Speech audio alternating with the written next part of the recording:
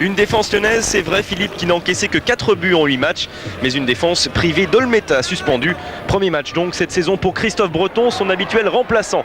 Giuli lui est titulaire pour une fois et il accélère d'entrée à son rythme habituel, celui d'un dragster. Sa reprise sur ce centre de Gava trompe pratiquement Gilbert Bodard qui s'en sort grâce à une détente superbe. Première occasion de la rencontre, elle est lyonnaise après quelques secondes. Une faute sur Franck Gava. Quelques minutes plus tard, Bodard a le temps de placer son mur, mais en face, on le sait, il y a le meilleur frappeur de coups francs actuellement en activité. C'est Alain Caviglia qui trouve pratiquement la transversale. Après quelques minutes, 6 exactement, Lyon ouvre la marque. 11e but cette saison pour Alain Caviglia, meilleur buteur évidemment de l'Olympique lyonnais. Elle est belle, elle est enroulée, elle est puissante et elle ne laisse aucune chance à Gilbert Bodard. Lyon mène 1-0.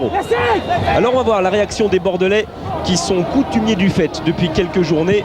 Ils ne s'avouent jamais battus, jamais dominés. Ibrahimba qui contrôle, il réussit à lober et à égaliser. Il trompe Christophe Breton pour son premier but de la saison.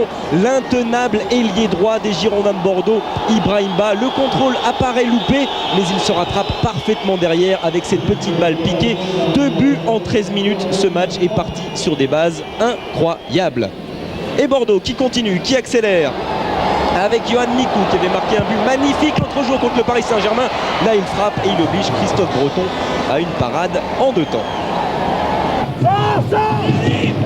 La réponse lyonnaise en face, on passe par les ailes avec cette première passe de Bélizy.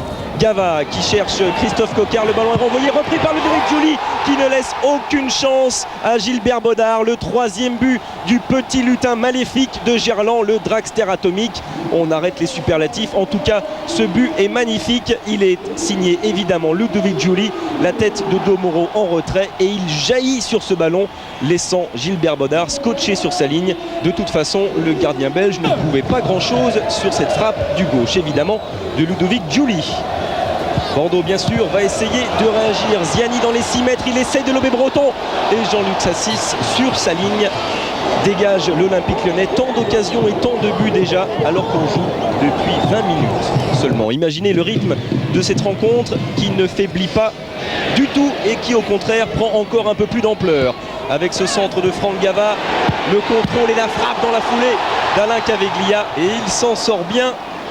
Gilbert Bodard, ça le fait sourire ainsi que Christophe Coquart car il a bien failli accompagner ce ballon dans ses propres buts.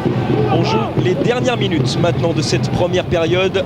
Le corner lyonnais dans la surface de réparation, un ballon qui traîne, récupéré encore une fois par Franck Gava. Le centre repris par Ludovic Giuli juste à côté de la lucarne. Il est furieux Gilbert Bodard, il a raison car les défenseurs de Roland Courbis avaient un peu oublié Ludovic Giuli au second poteau. 2-1 donc pour Lyon à la mi-temps. On a changé de côté, Jean-Pierre Papin est rentré, il était remplaçant Ibrahimba pour la première occasion d'entrée dès les premières secondes de cette seconde période.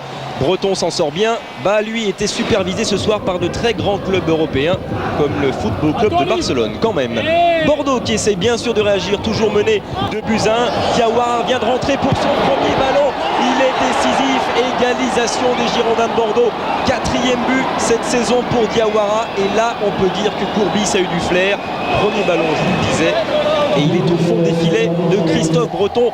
Les minutes passent, Lyon pousse, coup franc de Gava à la limite des 16 mètres, reprise de Caviglia, sauvé par bas, reprise de Marcello, sauvé encore une fois par bas, 2 partout, score final. La série de 3 victoires consécutives des Bordelais s'arrête, mais les joueurs de Courbis, bas en tête, ont prouvé qu'ils méritaient leur classement actuel.